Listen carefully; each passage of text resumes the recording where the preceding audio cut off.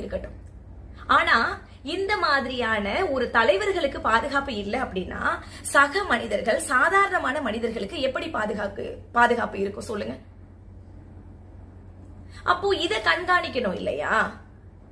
Police இதை கண்காணிக்கணும். மக்களுக்கு வந்துட்டு பயம் இல்லாம வாழக்கூடிய ஒரு உணர்வை கொடுக்கணும். இல்ல எப்ப பார்த்தாலும் பயந்துட்டே இருக்க முடியாது இல்லையா? என்ன காரணம் தெரியாமலே வந்துட்டு கொலைகள் நடந்துட்டு இருக்கு அப்படின்னா இது எந்த வகையில இது வந்துட்டு என்ன மாதிரி சொல்றது அப்படின்னே தெரியல. இந்த கொலைக்கான காரணம் என்ன? எனக்கு ஒரு விஷயத்துக்காக தான் இந்த பதிவை நான் பதிவிடணும் அப்படின்னு நினைச்சேன். கொலைகள் எல்லாம் இப்படி நடந்துட்டு தான் இருக்கு, கொள்ளைகள் நடந்துட்டு தான் இருக்கு, அங்கங்க வழிப்பறி நடக்குது, இதெல்லாம் நடக்குது இல்ல. இதுக்கு முக்கியமான காரணம் என்ன?